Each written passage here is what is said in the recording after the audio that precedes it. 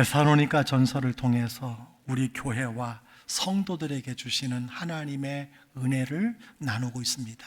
오늘은 네 번째 말씀입니다.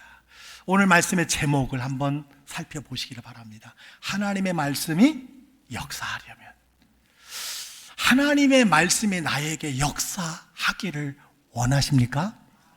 그렇다면 오늘 말씀을 잘 들으시기 바랍니다. 오늘 말씀은 이번 한 주간에 주신 말씀일 뿐만 아니라 예배하는 모든 날, 여러분이 설교를 듣는 모든 날, 여러분이 꼭 기억해야 할 말씀으로 받으시기를 주의 이름으로 간절히 축복합니다. 데살로니가 교회는 사도 바울이 생각만 해도 기쁘고 감사가 터져 나오는 교회라고 그랬어요. 이유가 있습니다. 믿음의 역사와 사랑의 수고와 소망의 인내가 있는 교회였다고 했습니다. 오늘은 데살로니가 교회를 향한 두 번째 감사 제목이 나옵니다. 다시 한번 이 말씀을 살펴보았으면 좋겠습니다. 이러므로 우리가 하나님께 끊임없이 감사함은, 너희가 우리에게 들은 바 하나님의 말씀을 받을 때에 사람의 말로 받지 아니하고 하나님의 말씀으로 받음이니 진실로 그러하도다. 이 말씀이 또한 너희 믿는 자 가운데서 역사하느니라. 두 번째 감사의 제목이 있습니다. 너희가 하나님의 말씀을 받을 때에, 너희가 하나님의 말씀을 들을 때에 사람의 말로 받지 아니하고 하나님의 말씀으로 받았다는 거예요. 그 결과가 무엇입니까? 하나님의 말씀이 너희 믿는 자 가운데 역사하였다는 거예요. 데살로니가 교회 가운데 역사했다는 것입니다. 오늘 이 말씀을 통해서 하나님의 말씀이 우리 광주교회에도, 여러분에게도 역사하는 은혜가 있게 되기를 주의 이름으로 축원합니다. 하나님의 말씀이 역사할 때는 과정이 있습니다. 하나님의 말씀이 역사하는 과정에는요, 성경이 기록되기 전과 성경이 기록된 후가 다릅니다. 어떻게 다를까요? 성경이 문자로 기록되기 전에는 하나님께서 인간에게 어떻게 말씀하셨을까? 여러분 아십니까? 신명기 18장 18절에 이런 말씀이 있습니다. 내가 그들의 형제 중에서 너와 같은 선지자 하나를 그들을 위하여 일으키고 내 말을 그 입에 두리니 내가 그에게 명령하는 것을 그가 무리에게 다 말하리라. 성경이 기록되기 전에는 하나님이 선지자를 세우고 선지자를 통해서 말씀을 계시하시고 그 선지자가 백성들에게 말씀을 선포하게 하소서. 그래서 사람들이 하나님의 말씀을 듣고 싶으면 누구에게 갔을까요? 선지자를 찾아갔습니다. 여러분, 유다 나라가 망하는 와중에 시드기야 왕은 너무 답답했어요. 자기가 감옥에 가두었던 예레미야에게 사람을 보냅니다. 얼마나 답답했으면 자기가 감옥에 가둔 그 사람에게 사람을 보냈겠습니까? 그리고 이렇게 묻습니다. 시드기야 왕이 사람을 보내어 그를 이끌어내고 왕궁에서 그에게 비밀이 물어 이르되 여호와께로부터 받은 말씀이 있느냐? 예레미야가 대답하되 있나이다. 또 이르되 왕이 바벨론의 왕의 손에 넘겨지리이다. 여러분, 시드기야가 예레미야에게 물은 이유가 무엇일까요? 하나님이 그 시대에 하나님이 택한 선지자에게 하나님의 말씀을 주셨기 때문입니다. 여러분, 모세도 마찬가지입니다. 하나님의 말씀을 받아서 백성에게 전했습니다. 제가 성경을 찾아보니까 하나님이 모세에게 말씀하여 이르시되 이 문장으로 된 문구절이요 89번 기록되어 있어요. 다시 말해서 백성들은 모세가 전해주는 말을, 저 말은 모세의 생각이지라고 생각하지 아니하고 모세가 하는 말이지라고 생각하지 아니하고 하나님의 말씀으로 하나님의 음성이구나 이렇게 받아들였다는 것입니다. 그때 그들에게 역사가 나타난 것입니다. 여러분, 오늘 본문도 마찬가지입니다. 사도 바울은 하나님께서 받은 말씀을 백성에게 전했습니다. 그 말씀을 사람들이 하나님의 말씀으로 받을 때에 사람의 말이 아니라 설교자의 말이 아니라 인간의 말이 아니라 하나님의 말씀으로 받을 때에 역사가 나타났다는 것입니다. 데살로니가 교회에 역사가 나타난 거예요. 여러분, 오늘날은 어떨까요? 큰 틀에서는 똑같지만 작은 차이가 있다는 사실을 우리가 기억해야 합니다. 옛날 선지자를 통해서 말씀하신 것을 오늘날은 성경으로 우리에게 주셨어요. 여러분, 성경을 다 가지고 계시지 않습니까? 왜 우리에게 성경을 주셨을까요? 세 가지 이유로 우리에게 성경을 주셨다고 성경은 말씀해 주고 있습니다. 첫째는 우리를 교훈하기 위함이라고 말씀하고 있습니다.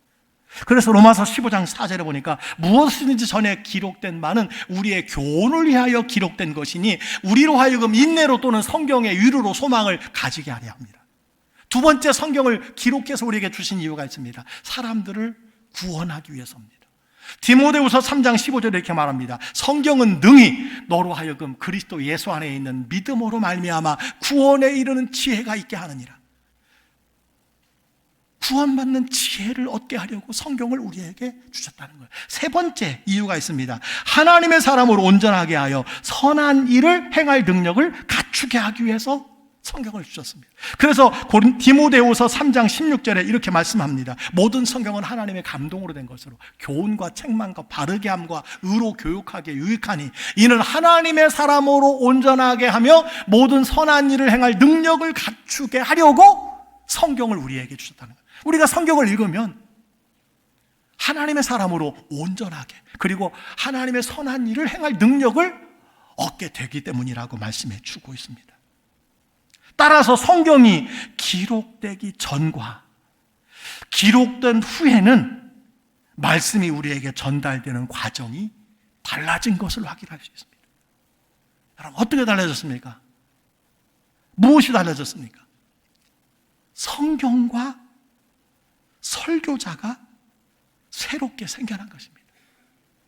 예전에는 하나님이 계시의 말씀을 선지자에게 주면 선지자가 그것을 청중에게 그냥 전하면 됐습니다. 그런데 이제는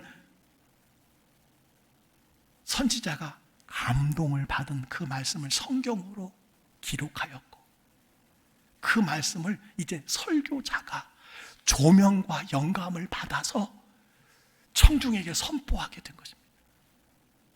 성경과 설교자가 새로 생긴 것입니다. 여러분, 설교자의 역할이 새롭게 생겨난 거예요. 설교자가 누구일까요? 여러분, 이 도표를 보면 우리가 쉽게 이해할 수 있습니다. 선지자들이 하나님의 감동을 받아 기록된 성경을 근거로 성경의 원 저자인 성령께서 설교자에게 조명해 주신 것을 선포하는 거예요. 이게 설교자가 하는 일입니다. 설교자는 성경을 쉽게 설명해주고 가르쳐주는 자입니다. 여러분, 하나님이 목사를 세우신 이유가 바로 이것이에요. 그래서 교회, 여러분, 한문으로 교회, 교자가 무슨 교자인 줄 아십니까? 가르칠 교회예요. 교제하는 교회가 아니에요. 가르칠 교회. 교회는 가르치고 가르침을 받는 곳이라고 말할 수 있습니다. 성경을 가르치고 성경을 배우는 곳이라고 말할 수 있습니다. 사도행전 8장에 에디오피아 여왕의 네시가 예루살렘에 예배하러 왔다가 수레에서 이사야서를 읽고 있었습니다. 그는 성경을 읽으면서도 그 뜻이 무엇인지 몰랐습니다. 그때 성령께서 빌립 집사의 마음에 감동을 주셨어요. 빌립이 다가가서 묻습니다. 너는 읽는 것을 깨닫느냐? 네시가 중요한 대답을 합니다. 지도해주는 사람이 없으니, 가르쳐주는 사람이 없으니, 설명해주는 사람이 없으니 어찌 깨달을 수 있느냐? 어떻게 됐습니까? 빌립이 이 말씀을 설명해 주셨을 때 수레를 멈추고 네시는 세례를 받았다고 성경은 말씀해 주고 있습니다. 여러분, 성경은 우리가 읽으면 이해할 수 있지만 다 이해할 수 없는 곳이 많이 있습니다. 따라서 성경을 지도해 주는 사람이 필요하다라는 겁니다. 성경을 쉽게 설명해 줄 사람이 필요하다는 것입니다. 여러분, 누가복음 24장에 엠마오로 가는 두 제자가 부활하신 예수님을 만났습니다. 그때 예수님의 성경을 자세히 설명해 주셨다라고 말씀해 주고 있습니다. 여러분, 그때 그들의 고백이 무엇인지 아십니까? 바로 이겁니다. 우리에게 말씀하시고 우리에게 성경을 풀어주실 때 우리 속에서 마음이 뜨겁지 아니하며. 여러분, 우리도 하나님의 말씀을 들을 때, 읽을 때 우리의 마음이 뜨거울 때가 있지 않습니까? 없습니까? 여러분, 있으리라고 생각합니다. 따라서 성경 말씀을 풀어주는 설교자가 여러분 필요하다는 것입니다. 성경을 쉽게 풀어주는 자가 설교자입니다. 따라서 하나님의 말씀이 역사하려면 그 하나님의 말씀을 풀어주는 설교자가 중요하다는 거예요. 설교자는 하나님의 말씀을 준비할 때 성경을 깊이 묵상하고 성경의 원저자인 성령의 조명을 받아야 돼요. 성령께서 비추어 주시는 영감을 받아야 합니다. 그 조명된 말씀에서 영감을 받아 선포할 때 역사가 나타나는 것입니다. 그리고 선포된 말씀이 청중들이 하나님의 말씀으로 믿어지고 순종할 때 능력이 나타나는 거예요. 따라서 교회는요, 설교자를 위해서 항상 기도해 주셔야 됩니다. 설교자를 위해서 기도해 주셔야 돼요. 제가 질문 한 가지 드리겠습니다. 설교를 잘 못하는 목사와 혼자 사는 할머니의 공통점이 무엇인지 아십니까? 다시 한번, 설교를 잘 못하는 목사와 혼자 사는 할머니의 공통점이 있다고 그래요. 영감이 없다. 영감. 여러분, 설교자는 하나님의 말씀에 조명을 받아야 되고 하나님의 영감을 받아야 돼요. 과거와 비교해서 한국교회 아쉬운 점이 한 가지 있습니다. 갈수록 설교에 대한 기대가 약화되어 가고 있다. 왜 그럴까요? TV만 틀어도 5개 기독교 채널이 나와 언제든지 설교를 들을 수 있어요. 여러분, 유튜브 언제든지 수만 편의 설교를 들을 수 있어요. 여러분, 유튜브 설교는 특별히 조심해야 돼요. 가려서 보시기 바랍니다. 아무 때나 설교를 들을 수 있다 보니까 말씀에 대한 기대 심리가 없어졌다는 거예요. 하나님이 내게 말씀을 풀어주실 것이라는 기대를 하지 않는다는 것입니다. 여러분, 목사는 하나님의 말씀을 풀어주실 것이라는, 풀어주라고 세운 사람이라는 사실을 기억하시기 바랍니다. 따라서 목사는 무엇보다도 하나님의 말씀에 집중해야 돼요. 하나님 말씀 연구에 집중해야 돼요. 설교 말씀에 최선을 다해야 돼요. 여러분, 사도행전 6장에 은혜롭게 부흥하던 예루살렘 교회에 다툼이 생겼어요. 왜 다툼이 생겼죠? 구제 문제 때문에 다툼이 생겼습니다. 교회가 시험에 들고 시끄러워질 때 목회자들이 깨달은 것이 있어요. 그 깨달은 것이 무엇입니까? 사도행전 6장 2절 4절에 나옵니다. 12사도가 모든 제자들을 불러 이르되 우리가 하나님의 말씀을 제쳐놓고 접대를 일삼는 것이 마땅하지 아니하니 형제들아, 너희 가운데서 성령과 지혜가 충만하여 칭찬받는 사람 7을 택하라. 우리가 이 일을 그들에게 맡기고 우리는 오로지 기도하는 일과 말씀을 사역에 힘쓰리라 하니. 교회는 목회자가 말씀과 기도하는 것을 제쳐놓고 구제하느라, 접대하느라 생긴 문제였다고 진단을 했던 거예요. 그 다툼의 원인이, 그 싸움의 원인이 목회자가 하나님의 말씀을 제쳐놓은 것 때문에 생긴 일이라고 진단했던 것입니다. 그래서 이 문제를 어떻게 해결했습니까? 성령과 지혜가 충만하여 칭찬받는 7을 세웠다고 성경은 말씀해 주고 있습니다. 여러분, 교회가 직분자를 세운 이유가 무엇입니까? 목회자가 오로지 말씀과 기도에 집중하라는 거예요. 목회자는 설교자로서의 역할이 가장 중요하기 때문에 설교 준비하라고, 말씀 준비하라고 일꾼을 세웠다는 사실입니다. 그렇습니다. 하나님의 말씀이 역사하는 과정에는 설교자가 중요한 겁니다. 우선 설교자가 하나님의 조명을 받아서 영감 있는 말씀을 선포해야 되기 때문에 중요하고, 또한 설교자의 성품과 인품을 영안을 통해서 하나님의 말씀이 전해지기 때문에 여러분, 설교자가 중요합니다. 여러분, 마찬가지예요. 설교자의 가슴이 뜨거우면 하나님의 말씀이 막 지은 따뜻한 밥상을 받는 것 같고, 설교자의 가슴이 냉랭하고 차가우면요, 말씀이 냉기가 돌아서 찬밥을 먹는 것 같아요. 여러분, 찬밥 먹고 우리가 일할 수 있습니까? 건강할 수 있습니까? 안 되죠. 따라서 교회는 항상 설교자를 배려해 주셔야 돼요. 교회는 항상 설교자를 배려해 주셔야 합니다. 설교자의 마음이 평안하도록 살펴주시고, 설교자가 말씀 연구에 전념할 수 있는 목양의 환경을 만들어주고, 그리고 믿음으로 그 말씀을 담대히 하나님의 말씀으로 선포할 수 있도록 기도해 주셔야 되는 줄 믿습니다. 이런 교회가 품격 있는 교회, 이런 교회가 말씀이 역사하는 교회입니다.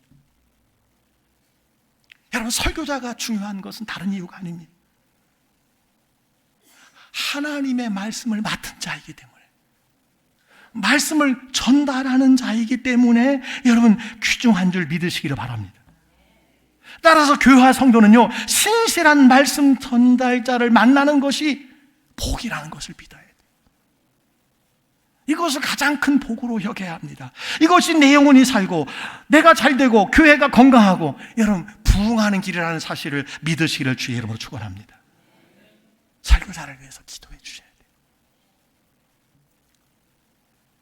하나님의 말씀이 역사하기 위해서는요, 설교자인 목회자가 중요하다고 그랬습니다. 청중도 중요합니다.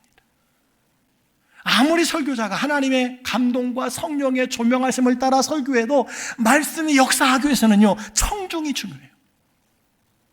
밑 빠진 독에 물 붓기. 아무리 여러분 은혜의 말씀을 전할지라도 청중이 밑 빠진 독과 같은 상태라면요, 말씀이 역사하지 않습니다. 청중이 중요합니다. 청중이 그 말씀을 어떻게 받느냐에 따라서 모든 것이 달라지는 것입니다. 우선 말씀을 사람의 말로 받느냐, 하나님의 말씀으로 받느냐에 따라서 달라지는 것입니다. 또한 그 말씀을 들을 때, 나에게 주시는 말씀으로 받을 때 믿음의 역사가 나타난다는 사실을 믿으시기 바랍니다.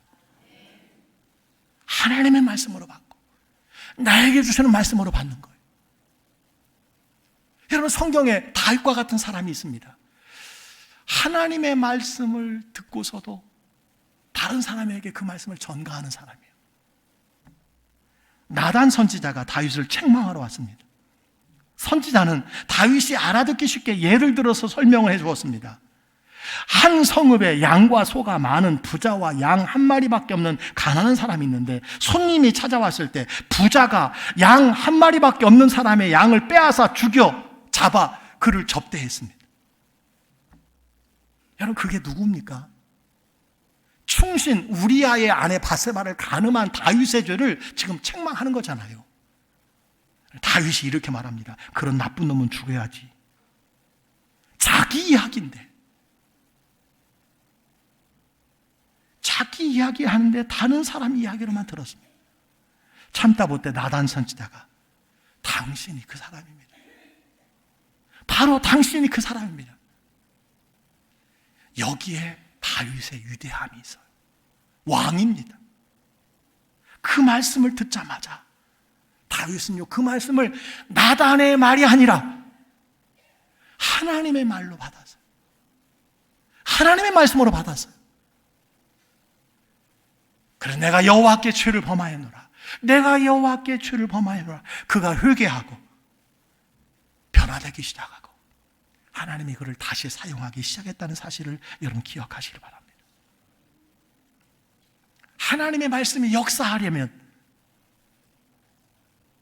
성경을 우리에게 주신 이후로는요, 설교자가 중요하다고 그랬습니다. 설교자가 영감을 받아서, 조명을 받아서 그것을 전해줘야 되기 때문에. 두 번째는 청중이 중요하다고 그랬습니다. 청중이 하나님의 말씀으로 받는 것이 중요하다고 그랬습니다. 여러분, 다시 정리해서 말씀드립니다. 하나님의 말씀이 역사하는 비결이 있어요. 하나님의 말씀이 나에게, 하나님의 말씀이 우리 가정에, 하나님의 말씀이 우리 교회에 역사하는 비결이 있습니다. 우리가 은혜 받는 비결이 있어요. 꼭 기억하시 바랍니다. 세 가지를 기억하세요. 첫 번째는요, 선포되는 말씀을 하나님의 말씀으로 받으십시오. 아멘입니까? 강단에서 전하는 이 설교 말씀을 김 목사의 말로 듣지 말고 하나님의 말씀으로 받으시기를 주의 이름으로 축원합니다. 특별히 하나님의 말씀을 듣고 한 곳에 모여서 평가하거나 판단하지 마세요. 부정적으로 말하지 마세요. 내 생각을 말하지 마세요. 예배 후 나가시면서 이렇게 말씀하시는 분들이 계세요. 수고했습니다. 목사님 고생했습니다. 목사님 애쓰셨습니다. 어떤 분은요, 오늘 짧아서 좋았습니다. 물론 저는 짧으면 좋을 수 있습니다. 사실은 설교자로서 좀 자괴감이 들어요. 어떻게 설교를 짧은 걸로만 생각하느냐. 말씀은 안 하시지만 표정에 나타난 메시지가 있어요. 목사님 설교 시간에 잘 잤습니다. 여러분 애쓰셨습니다. 고생했습니다. 수고했습니다. 저는 그 의미를 압니다. 그 의미를 알아요. 근데 여러분 앞으로 이런 말씀 쓰지 마세요. 이 설교자는 어떤 마음으로 듣게 되냐면 저뿐만 아니라 모든 목회자가 마찬가지예요. 그런 설교하려고 그렇게 수고하고 애쓰고 침 튀기고 울고 설교했습니까? 그런 의미로 들려질 때가 있다는 거예요. 죄송합니다. 그까지 설교하려고 참 고생 많았네요. 그렇게 들려질 때가 있다는 거예요. 저는 여러분 그렇게 듣지는 않았습니다. 여러분 그러나 바꾸세요. 바꾸세요. 어떻게 바꿀까요? 어떻게 반응해야 할까요? 이렇게 반응하세요. 한번 따라해 보세요. 저에게 필요한 말씀입니다. 저에게 필요한 말씀이었습니다. 깨닫게 해주셔서 감사합니다. 은혜 받았습니다. 다시 한번요. 저에게 필요한 말씀입니다. 깨닫게 해주셔서 감사합니다. 은혜 받았습니다. 가장 쉬운 것이요. 감사합니다. 그 대답이에요. 뭐 애쓰셨습니다. 수고하셨습니다. 여러분 이런 말이 아니라 다시 한번 보여주세요. 이게 쉬운 게 아니에요. 제가 일부 예배 때 이 설교를 하고 가시는 분 중에 10분 중에 아직도 3-4분이 목사님 수고 아니 이렇게 말씀해요. 목사님 애쓰서 아니 이렇게 말씀하시는 분이 계세요. 쉽지가 않아요. 한번 여러분 노력해 보시기 바랍니다. 저에게 필요한 말씀 깨닫게 해주셔서 감사합니다. 은혜 받았습니다. 감사합니다. 이게 얼마나 좋은 말이에요.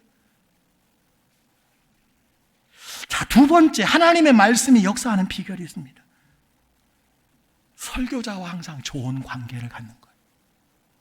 제가 이 부분은 어렵게 여러분에게 설교를 드립니다. 메신저가 곧 메시지라는 말이 있습니다. 설교자를 신뢰하는 만큼 하나님의 말씀이 믿어지는 거예요. 설교자를 신뢰하는 만큼 하나님의 말씀이 들려지는 거예요. 따라서 설교자를 절대 미워하지 말아야 합니다. 다른 교회 목사님은 미워할지언정 자기 교회 담임 목사를 미워하면 안 돼요. 여러분 혹시 저에 대한 오해가 있다면 풀으시길 바랍니다. 저에게 찾아오셔서 물으시기 바랍니다. 목회자와 성도의 관계가 좋아야 돼요. 그래서 설교자가 언제나 하나님의 말씀으로 여러분을 권면할 수 있도록 해야 돼요. 설교자가 권면할 수 있도록 해야 돼요. 목회자가 하나님의 말씀으로 교훈하고 책망하고 바르게 하고 의로 교육하기에 주저하지 않는 신뢰 관계를 가져야 돼요. 여러분 목회자도 사람인지라 그분과 관계가 안 좋으면 그분이 나를 싫어한다고 생각하면요 하나님의 말씀을 권하지 않습니다. 내버려 둡니다. 그렇지 않아도 나를 미워하는데 권하는 말씀을 어떻게 전합니까? 나 더 미워하라고. 그렇습니다. 하나님의 말씀을 역사하려면요, 설교자와 항상 좋은 관계를 갖도록 힘써야 돼요. 여러분 스스로를 한번 점검해 보시기 바랍니다. 나는 말씀을 하나님의 말씀으로 들었느냐, 아니면 김 목사의 인간의 말로 들었느냐. 나는 설교자와 항상 좋은 관계를 갖고 살았느냐. 이게 중요합니다. 여러분, 쉽게 이런 원리로 하나님 말씀과 설교자를 설명할 수 있습니다. 여러분, 가정에서 사용하는 수돗물이 어떤 과정을 거쳐서 우리 집에 들어온 줄 아십니까? 이런 과정을 겪어요. 취수장, 정수장, 배수지가 깨끗해야 하지. 깨끗해야 합니다. 근데 동시에 중요한 것이 있습니다. 이곳을 연결하는 도수관, 배수관, 급수관이 여러분 중요하다는 것 아십니까? 아무리 취수장, 정수장, 배수지에 물이 깨끗하다 할지라도요, 전달해 주는 관이 녹슬고 더러우면요, 우리는 녹슨물 먹는 거예요. 더러움을 먹는 겁니다. 여러분, 그런 것 아니겠습니까? 하나님의 말씀도 이와 같습니다. 그 말씀이 여러분 샘물과 같은, 생수와 같은 솟아나는 말씀이라 할지라도요, 그 말씀을 전달하는 설교자가 중요하다는 거예요. 설교자와 관계가 중요하고 그를 신뢰할 수 있어야 한다는 것입니다. 그때 말씀이 믿어지고 역사가 나타나고 내게 능력이 나타나는 것입니다. 여러분, 중고등학교 때 그 선생님 때문에 그 과목 점수가 좋아진 분이 많이 있습니다. 선생님이 좋기 때문에, 그 과학을 가르치는 선생님이 좋기 때문에, 선생님을 신뢰하기 때문에 여러분 점수가 올라가는 것 같습니다. 하나님 말씀이 역사하려면 목회자와 관계가 참 중요합니다. 항상 좋은 관계를 유지해야 돼요. 혹시 여러분 저 미워하시는 분 계십니까? 용서하시기를 주의 이름으로 축원합니다. 여러분을 위한 거예요. 혹시 부목사님을 미워할 수는 있어요. 괜찮습니다. 담임 목사를 미워하면 안 돼요. 제가 강단의 설교를 99.9%를 하니까. 이 교회는 하나님이 저에게 말씀을 맡겨주셨기 때문이에요. 세 번째, 어떻게 하면 하나님의 말씀이 역사하는가? 설교 듣는 태도를 점검하시기 바랍니다. 스스로 점검해 보세요. 나의 예배의 태도는 어떠한가? 내가 설교 듣는 태도는 어떠한가? 여러분, 느헤미야 8장에 예배자의 태도가 나옵니다. 다 같이 한번 읽겠습니다. 시작. 에스라가 모든 백성 위에 서서 그들 목전에 책을 펴니 책을 펼 때에 모든 백성이 일어서니라. 에스라가 유대하신 하나님 여호와를 송축하며 모든 백성이 손을 들고 아멘 아멘 하고 응답하고 몸을 굽혀 얼굴을 땅에 대고 여호와께 경배하니라. 아멘. 이렇게 한번 해볼까요? 오늘 이렇게 한번 해볼까요? 하나님의 말씀이 선포될 때 이게 백성들의 태도였어요. 에스라가 설교하려고 성벽을 펴니까 모든 백성이 일어났습니다. 설교를 앉아서 듣지 않고 모두 일어났습니다. 경외함입니다. 그리고 에스라가 여호와를 송축할 때 모든 백성이 손을 들고 아멘 아멘하고 응답하고 몸을 굽혀 얼굴을 땅에 대고 여호와께 경배했어요. 여러분, 우리가 하나님의 말씀을 들을 때 이런 자세가 필요하다는 거예요. 이런 자세. 우리는 손뼉조차도 못 치잖아요. 손뼉조차도 부끄럽잖아요. 이게 하나님의 말씀이 선포될 때에 우리의 태도여야 한다는 것입니다. 그런 태도를 가지면 여러분 은혜가 절로 되지 않을까요? 하나님의 역사가 그냥 나타나지 않을까요? 특별히 하나님의 말씀을 들을 때 여러분 아멘 아멘 하시기를 주의 이름으로 축원합니다. 어떤 분이 그래요. 목사님 저는 속으로 아멘 합니다. 여러분 왜 속으로 아멘 해요? 어디 성경에 속으로만 아멘 하라고 했습니까? 여러분 표현해야 돼요. 부부간에도 표현해야 돼요. 그래서 오늘 세미나가 있어요. 2시에 배우자를 배워야 돼요. 남자 여러분 아내를 배워야 돼요. 어르신 여러분 늙으셨지만 여자를 배워야 돼요. 세미나에 많이 참석하시기를 바랍니다. 여러분 예수님 말씀에도요 마음밭이 중요하다고 하셨어요. 어떤 말씀이라도 길가 돌밭 가시떨기에 떨어지면 결실하지 못한다고 했습니다. 좋은 땅에 떨어져야 30배 60배 100배로 결실한다고 하셨습니다. 이렇게 하나님의 말씀을 받을 때 역사가 나타나는 거예요. 아멘입니까? 어떤 역사가 나타날까요? 히브리서 4장 12절에 이렇게 말합니다. 하나님의 말씀은 살아있고 활력이 있어 좌우에 날선 것보다 예리하여 혼과 영과 및 관절과 골수를 찔러 쪼개기까지 하며 또 마음의 생각과 뜻을 판단하나니. 우리가 하나님의 말씀을 읽을 때에 그리고 그 말씀을 설교자를 통해서 들을 때에 이런 역사가 나타난다는 거예요.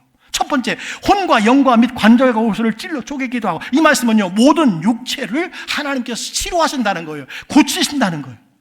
또한 마음의 생각과 뜻을 판단한다고 했습니다. 성경을 읽을 때, 말씀을 들을 때 성경이 나를 비추는 거룩한 거울이 되는 거예요.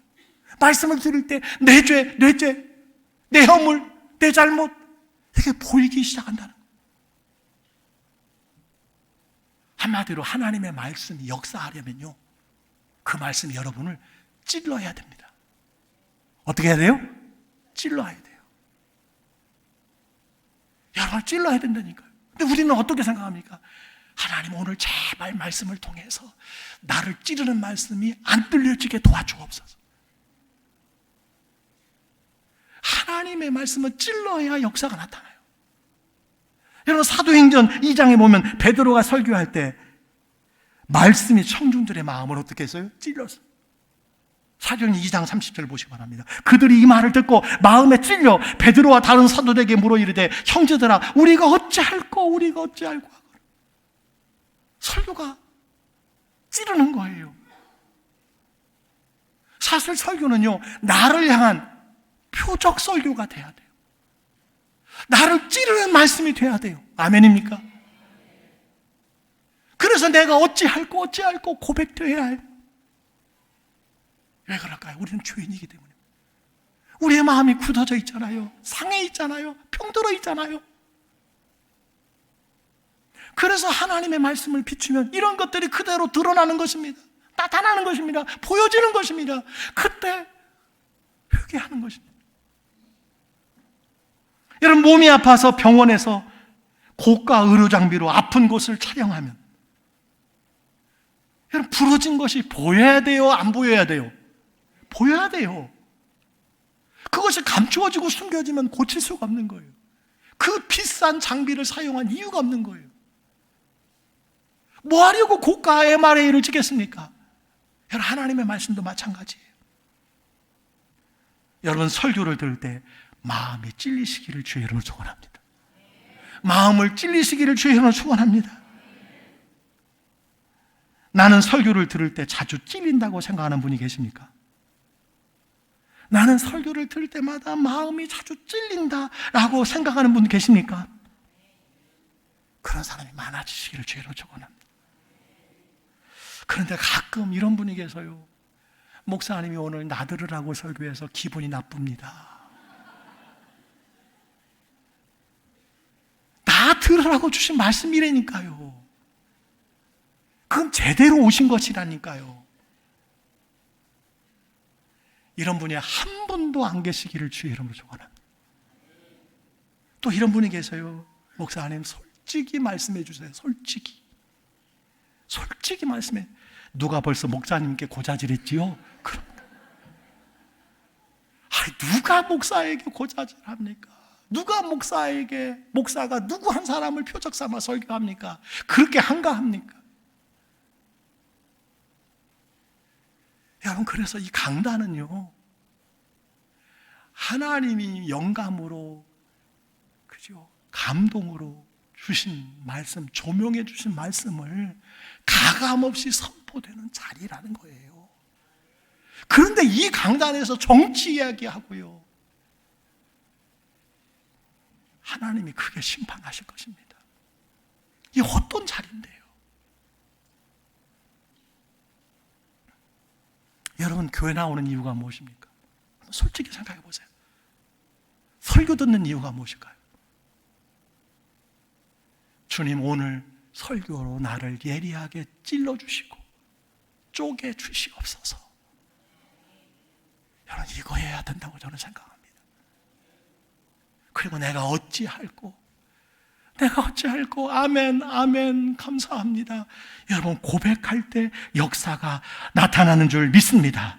여러분, 말씀이 여러분에게 역사하도록 설교 전에 이렇게 기도하시기를 바랍니다.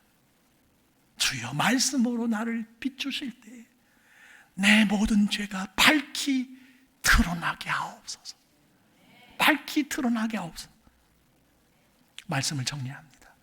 성경이 쓰여지기 전에는 하나님께서 선지자를 세워서 하나님의 말씀을 그에게 선포하게 했습니다. 그래서 사람들이 하나님의 말씀을 듣고 싶을 때는 선지자를 찾아갔습니다. 성경이 쓰여진 후에는 설교자를 세워서 성경을 가르치고 전달하도록 하셨습니다. 하나님의 말씀이 역사하려면 설교자가 중요합니다. 설교자는 하나님의 말씀을 깊이 묵상해서 조명된 말씀을, 영감을 받아 청중에게 가감없이 전해야 합니다. 아울러 청중이 중요하다고 그랬습니다. 하나님의 말씀이 나에게 역사하려면, 내가 은혜 받으려면 세 가지 꼭 기억하세요. 선포된 말씀을 누구의 말로 받아요? 하나님의 말씀으로, 나에게 주신 말씀으로 받는 겁니다. 두 번째, 설교자와 항상 좋은 관계를 갖도록 해요. 세 번째, 예배 드리는 태도, 설교 듣는 태도를 점검하시기를 바랍니다. 그때 하나님의 말씀이 나를 향한 말씀이 되고 비로소 나에게 역사하는 것입니다. 이런 분이 계세요. 목사님, 내가 수십 년 예수를 믿고 내가 수천 번 예배를 드렸는데 왜 나에게 아무런 일이 일어나지 않죠? 아무런 변화가 일어나지 않죠? 오늘 이 말씀을 가지고 스스로를 점검해 보시기 바랍니다. 하나님 말씀 앞에서 경외함으로 주 앞에 다시 서시기를 주의 이름으로 축복합니다. 축복합니다.